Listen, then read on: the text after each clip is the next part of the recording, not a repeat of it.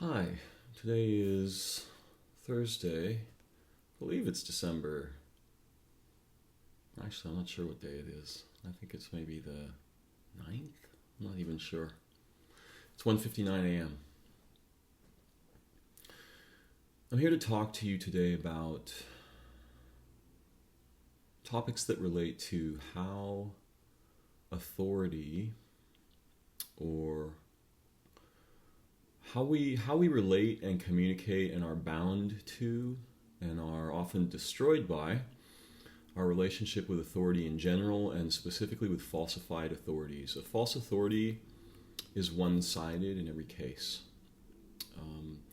And generally speaking, when you are involved with any kind of a false authority, whether it be an educational authority, a religious authority, a political authority, a legal authority, a medical authority, or even an expert.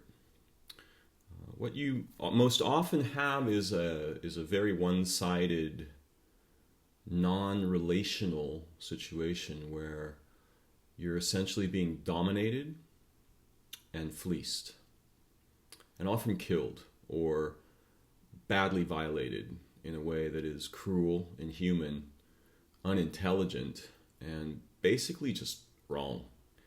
So I'm going to talk a little bit about that in the specific domain of medicine. I am something of an intelligence artist, and what that means is I look for and develop intelligence everywhere that I go. And for a long time, I've been a diagnostician. The reason that I got started as a diagnostician was because I was an emergency technical consultant. What that means is when somebody has a very severe technical problem that they can't find anyone to solve and it's costing them thousands or tens of thousands of dollars per minute, they call me. And this is what I did for about 10 years prior to the change in how I lived my life. So essentially what I did was I helped large companies deal with uncommon technical problems, usually with networks, not generally with single machines, although I also worked on single machines. And I also worked for individual users all over San Francisco for about 10 years. Out of over 15,000 calls, I had two I couldn't solve. And that was merely because, even though I wasn't familiar, even in a situation where I'm not familiar with the technology that the problem is revolving around, I can solve it in most cases very quickly. And so through that process, I learned I learned some diagnostic skills, and I developed fairly excellent diagnostic skills because I had to work very quickly under high pressure and there was a lot at stake. Also, because I was not necessarily an authority, I had to produce actual results or lose my job. I could not really fool my clients. I could not pretend to have done the best job that was possible and not have actually produced a good result, which all of our authorities do all day long. All of them. In other words, they produce either poor, cruel, or lethal results, and it doesn't matter what they do, they get celebrated and tons of money. That means basically apocalypse. So if you have a disagreement with someone, both sides often feel that their side is actually the only truth, and that they just want to tell the other person what their side is, and then dominate that person and have them agree. And that's not intelligence. Intelligence is like, there might be some bouncing, but eventually there's some of this. Right? There's at least both sides have a conversation. Also, when there's a problem, both sides have a role in the problem, okay? And both sides have a role in the solution. And the role in the expert's role is not to tell the other being just what to be, okay? But it is to help to catalyze both insight and flow, because when a problem arises, there's usually a kind of a locked quality to it, especially with health. And the flow, in a sense, has been interrupted, right? And this is exactly what people were paying me to resolve, because they had a workflow that got locked by something that no one could figure out how to unlock. So they would have me come and figure out how to unlock it as quickly as possible. The most money I ever made doing that was $3,000. It took me about 4 minutes. So that was $1,000 a minute. You can do the math for how much that is an hour or per day or week. I was paid that much money because I can do what I do really well and quickly and in a friendly, exciting fashion that generally helps everybody learn a lot and be really involved in the process and feel like something amazing happened, because it usually does. This is what happens when we're intelligent together, okay? It's what's happening when we have an actual, like a proversation, which is a conversation, but it's both sides, yeah? And they link and they produce this complex solutional like structure. By the way, solution, flow, right? Resolution, reflowing.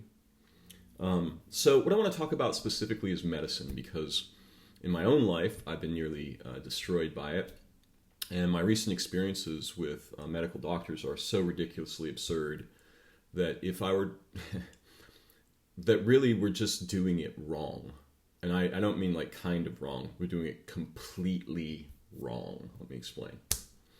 The first thing is, when you have authorities who in any way surveil or get data on you, you have to do the same to them. You have to surveil and get data on them with the same sort of order of intelligence and power that they have, and force. So that if they say blah, blah, you have data, okay, not just an idea. The same way they have data, right? They have the data of their expertise, and they're studied, and they're very specific modes of looking at certain kinds of problems, as in medicine. And by medicine here, I'm speaking specifically about what we call allopathic medicine, which is the medicine that comes from what we understand as medicinal science. That is an extremely, extremely narrow field of expertise. And it's wrong-minded, because the organism is not an objective entity. It never was. And treating it that way is possible, but the results are generally catastrophic. And if it becomes a one-sided conversation, it's absolutely catastrophic. Let me explain. So the reason that I'm talking about surveilling the experts is that we need to have data to show them when they are wrong.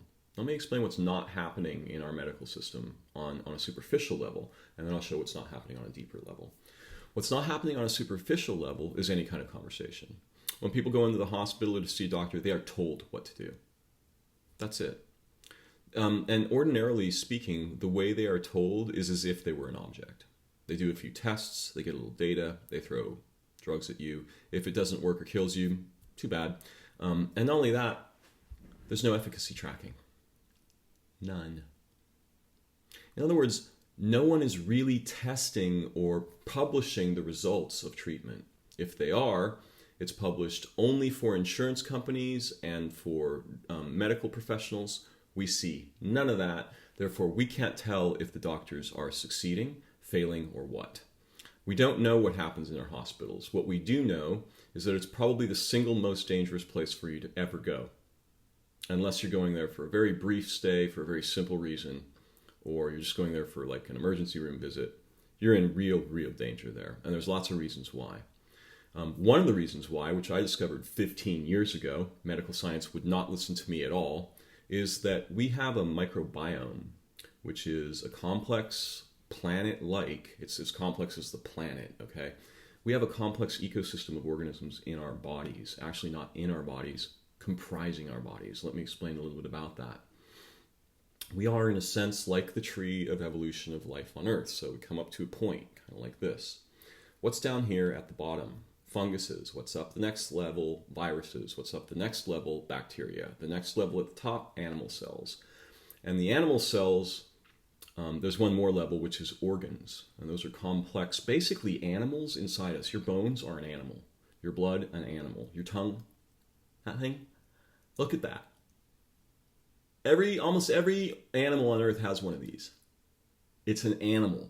This is an intelligence, okay? It's a fully fledged intelligence. If you remove it, your intelligence will suffer, your body will suffer, your health will suffer, because what you have here is really more like a zoo than it is like a group of machines, okay? And What our science does is it treats it like we're a group of machines or objects that have little data points that they can just nudge. Wrong. No. Actually, that's how you kill an organism. So the first thing we need to realize is what's the nature of the combination that produces an animal like us? Well, here's what it looks like. I don't know the exact numbers on on the most primitive cells, but for the fungal cells, I'm going to guess 50,000 trillion objects in our body of fungal cells for many of us. Between 5,000 and 50,000 trillion. For the viruses, I'm going to guess about 5,000 trillion. I don't know the numbers on that yet. I think we may have some vague estimates on that one. For the bacterial cells, approximately 500 trillion cells. And for your animal cells, 50 trillion cells. And what that means is that the bacterial component of your body is 90% of your cells by number. Okay, so you have 90%, 9 times the amount of bacterial cells that you have animal cells. But until very recently, science didn't even think of those as you. In fact, when you went to the doctor, almost no matter what was wrong with you, they would burn down your commensal microbiota with antibiotics, and they called that medicine. Okay, no one really tracked what the results of that was, and we're still not doing it because we don't have a way to do it. We don't actually understand the commensal microbiota at all. We're just learning about it now, and it's a highly organized intelligence, and it's a regulating system in our health, just like the viruses are, and underneath them probably we will discover the funguses are, or the fungal elements are. So for almost all of modern medical history, in fact for all of it, we've been ignoring the fact that 90% of our body is bacterial, okay, in terms of cell count. And we've been burning that down in the same way we burn down the rainforests and the oceans to produce data or to get product or to get some result we like. And as we're doing that, our biology and our intelligence and our relational intelligence as human beings, our purposive intelligence as collectives is being obliterated. And it's being replaced by extremely dominating expert sort of tyrants that destroy life and just tell you how to die, essentially, and then charge you every price for that.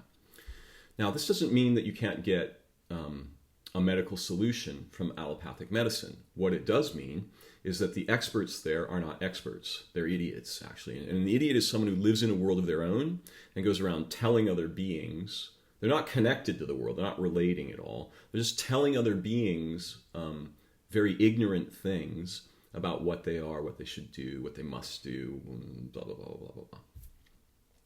Now, if we have sousveillance, which is the opposite of surveillance, we surveil those who surveil us, okay?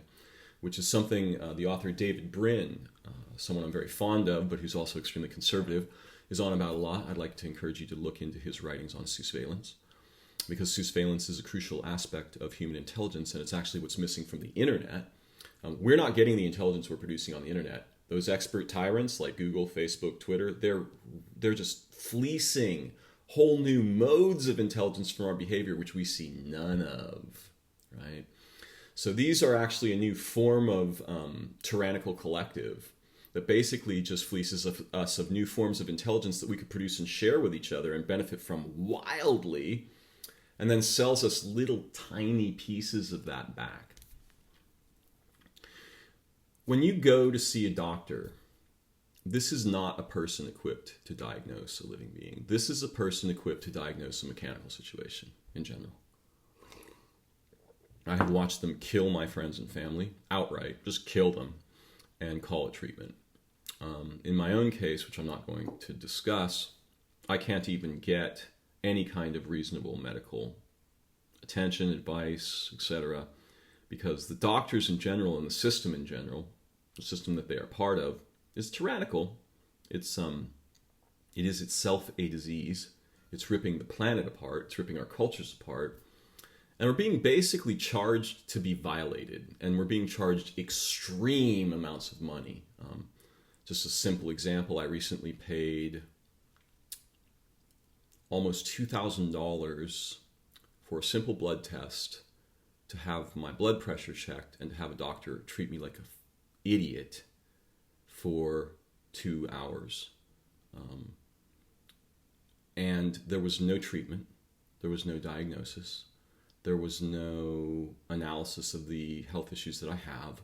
What there was an expert who could not in any way connect with the patient, an organism, life itself, disease, healing, diagnostic skill, anything. He's just such an expert, and he's so well paid, he doesn't have to listen to anyone ever again for any reason. Unless he gets in a court case, in which case he hires a lawyer, another expert, who basically just backs him up with a sword. We're dying of this. Our whole nation is being ripped apart. And what's happening in our hospitals and doctors' offices is a seething lie. It is not healing. I'm going to explain a little bit about that.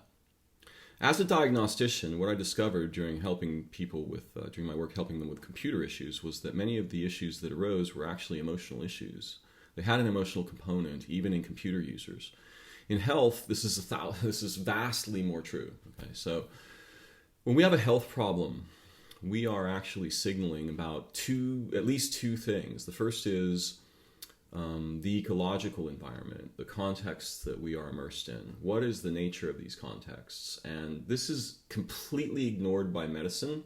We are treated as if we are the cause. This is the same thing that happens in law. Okay, we torture children. That produces criminals, because actually it is supposed to produce criminals if you torture children. That's how you learn that you're torturing children, is that you get criminals. So if when you get criminals, you then attack that signal, what happens is this. You don't trace the signal back to its cause. You don't re-resolve that. You get hyper criminals on the next phase. You're breeding criminals and pretending it's individual problems. It's Joe. It's Tim who killed 50 people at the shooting. Wrong. It's us. Our cultures are poisonous, and that's why they produce criminals as signals. Our cultures are poisonous. That's why they produce tyrannical experts as almost demonic overlords. Okay, literally, because with or without religion, what they're doing is absolutely wrong, and it's wrong in such a fundamental way that it's evil.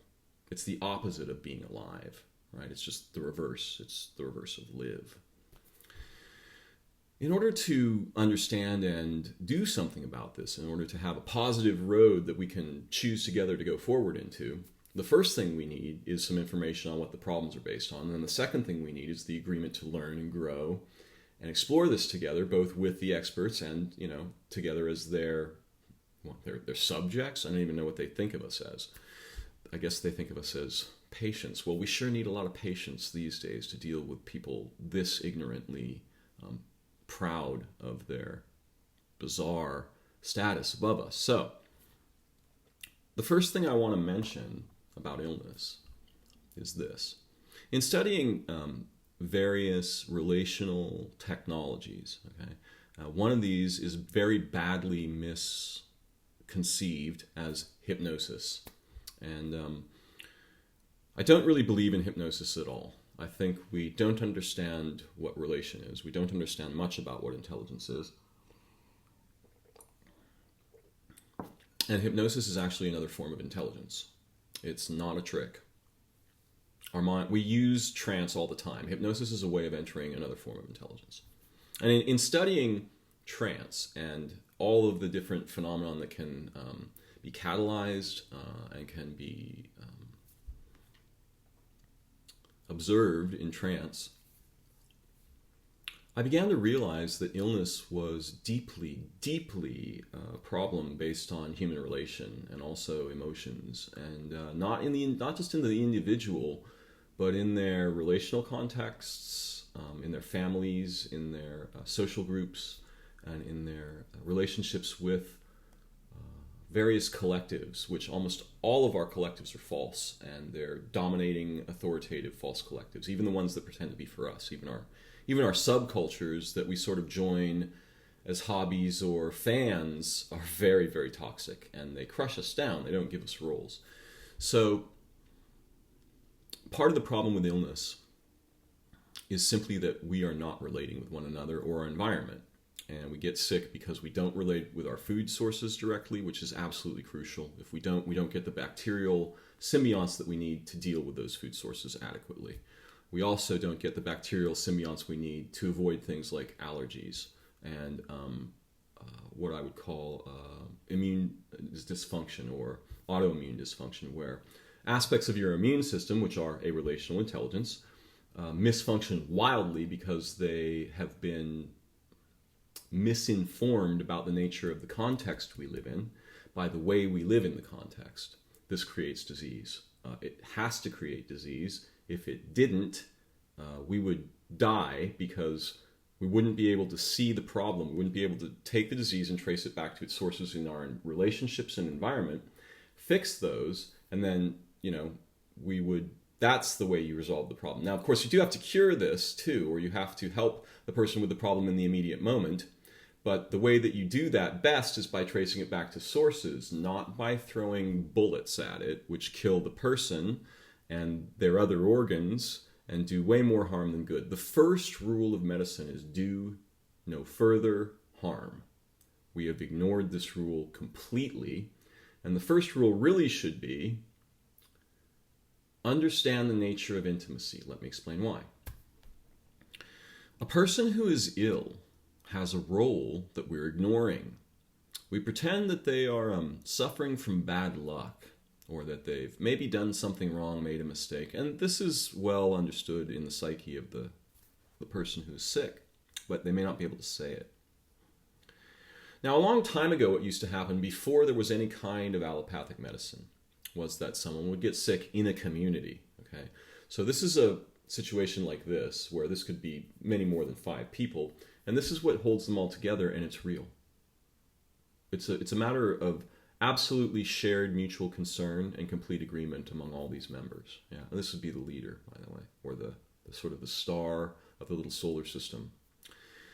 So in the old groups, what would happen when someone got sick is everyone would come together around them, and it would draw everyone into very tight, close intimacy, and they would dance and sing, and the medicine man, the leader, would not really be the tyrannical expert. What he would be is the seeker, right? Who would go back to find the problem that was being signaled, and then would, by addressing that problem, cause a radical change of flow and locking in the signaler, yeah? Who was not really seen to be the problem, right? What was seen to be the problem was relation. This is a result of misrelation. And since they understood this, when someone was sick, what happened was really shocking. Their entire community was reborn. It was corrected. It was very deeply and profoundly re-educated. And it was reborn as a unit altogether. And so, in other words, one person got sick. This person became fiercely educated by that because this is their diagnostician. And these people all had roles in healing them. And this worked like magic because the nature of illness is relational first, mechanical second or third or fourth. So we go and treat it as mechanical first. We ignore the relational aspects in general. We just flush them down the toilet. And we create experts who believe this is the right and good way. It cannot be thus. So one of the things that we can do is, first of all, we can just begin to understand and explore these ideas together, which is what I'm recommending here and asking us all to do. And please, we really need to do this now. We need to do it publicly in open dialogue with both allopaths and others, homeopaths and such. Not that I believe in homeopaths either. They're doing the same thing, basically. They're kind of, again, they're not creating this. See, that's a problem. If you're not creating this, if you're not acknowledging this, and you're just treating the process mechanically, like you're the diagnostician, you can figure it out, you can solve it alone, you might be able to, even as a non-allopathic practitioner or an allopathic practitioner, you're going to have occasional luck. You're just going to solve a problem once in a while, and it's going to be great. Everyone's going to be happy. But the allopaths, there's something we don't realize. Our medicine is killing us. Okay, when you go to the doctor to get medicine, you're being destroyed, probably 8 times out of 10. And the products that we use as health products are not healthy at all. We shouldn't use any of them. I long ago realized that if I got a cold or a flu and I just avoided all medication, rested, and drank a lot of liquids, took a few spices, I would get sick. I would get sick for a very brief time, and I would get well far faster than any of my friends who were taking medicine, who all recommended that I take medicine. Why? Because that's what they were taught to do. But the medicines actually put further stress on their metabolism, and they don't help in most cases. There are cases where they do help. I don't want to say we should never take medicine. I'm saying our intelligence about how we do it is broken badly. So what we need to do, I think, first of all, is just look at these issues together and discuss them openly and rationally, but also creatively, and in a way that focuses on the relational elements, that focuses on the fact that an individual is a signaler about a miscontexted relational situation, trace that back, try and learn, how that got started, find the actual culprits, which are invariably false collectives selling products and making us into products. Invariably, 90% of our illnesses come from this. Yes, there are genetic illnesses and things. They don't get expressed or they don't express the same way in tightly knit relational contexts. And we're producing those problems en masse and not taking any responsibility for it and pretending it's just an accident or something. Wrong. We set those people up for cancer, every single one of us. Our corporations. In fact, we set people up for prison in the same way. I mean, a long time ago, a guy invented ethanol. We put it in all the gasoline. It actually attacked everyone's nervous system, so that produced the criminal behavior for which everyone was tortured, punished, and killed. But what about the people who sold us the gasoline? Well, they just made lots of money, and they're still standing above us. So our hospitals and our doctors are badly wrong-minded in general. There are a vague few of them who are decent diagnosticians, even in that paradigm, but the paradigm is completely broken, just like our governments are. We need to realize that medicine has to be deeply relational, and that when someone is sick, what's really going on is two things. The first is a call to unity. Our experts need to be re-educated, not tell us what they know. And our people have to have roles that are meaningful and intimate with the person, with each other, with the expert. Number one. That doesn't work. If that's not happening, we don't have medicine. Okay? We've got a stick with one snake around it. And that's not medicine. That's a demon, just bluntly. The second thing is we've got to trace things back to their causes in relation and the environment. Not in like a superstitious way, but it is a poetic way, so it's not purely rational. And we need to resolve those issues in the environment that produce the dis-ease that we go for treatment for. We need to stop the whole hospital idea. That's a death camp. That's essentially a gulag. No, that's the wrong way to do it. We've got professional experts treating people like objects, and even if they care about them, and many of them do, particularly the nurses are heroically powerful, it's just, we isolate the sick person. That's exactly the wrong thing to do. Now, of course, if they're contagious or something, we need to be cautious, but we're just putting them in a place that's hyper-contagious. So we get a person who's sick, we put them in hypercontagion, isolation, no relation, and we call this medicine. Then we pour poisons into their body and they die. Now, of course, if we burn down most of their body, maybe we accidentally burn down the thing that was killing them too. That's the dumbest possible way to attempt to heal anything. If I had tried that in my business with machines, I wouldn't have lasted a day because the results would have shown that I was an idiot. Okay, I would have made zero money, no acclaim, no clients. I would have had no practice. We've got the opposite. You can fail wildly and just get richer and richer and more powerful because no one's looking at the data. When a doctor prescribes medicine, we don't know what happened. How do you figure out what happened? Are they even tracking it? No, they don't track. See, they don't have to care if you got cured or if you died. They don't even have to care. No one knows. Just like our police, okay? Currently in the United States, the police are doing far more violence than the SS or the Nazis or any of the sort of demonized icons of history that we have that we think are absolutely abominable. The United States police are doing more violence to U.S. citizens every week, probably every month, than any of those people that we despise in our myths. And we're not even noticing why. We don't have the data. How do I know that? I actually did the research. 95% of the complaints against the police in my city were completely destroyed in 1996 or something, right? That was millennia ago. These days, about 1% of them get through, okay? So all the data of what the police are doing to our citizens, I don't mean just the people who get arrested. I mean what they're doing every day to people on the street. We don't even hear about it, okay? It just gets buried. And it's the same thing with our doctors. They can do anything they want. They can prescribe anything they want to you. No one's tracking it. There's a little bit of tracking in the hospitals, but you don't get to see that. I don't get to see that. We know nothing about what their performance rates are. Nothing. They don't have to perform at all. They can kill you and it won't even matter. As long as you don't sue them, no one will ever know. And even if you do sue them, big deal. There's a data point. The insurance rates change. So what? They don't have to change what they do. I went directly into hospitals and interviewed doctors. I stood next to a neurosurgeon while she took the top of the guy's head off and operated on his brain. I know exactly what they're doing in the hospitals. I spent 8 hours in that operating room, by the way. And what I saw in that operating room convinced me of one thing. I'm never going into one. Ever. Under any circumstances. Because what happened in that operating room with one of the finest expert neurosurgeons in our nation was so shocking that if I told you the story, you'd be weeping and frustrated and terrified. I'm not going to do it. It's just not unfriendly. What I want you to understand is what's happening in the hospital. I'm an expert diagnostician. I can fix problems. What's happening in our hospitals is dead wrong. Dead wrong. It's killing our children, our elderly, and our families. It's destroying our health. We're paying shocking amounts of money for it. Insurance is a complete scam. That was invented by people who come and threaten you, and then if you don't pay, they burn your house down, okay? That's exactly what's going on here. We've paid 10 times over for health care that's actually health atrocity, and we're just paying to be murdered. No more of this. We need to understand something.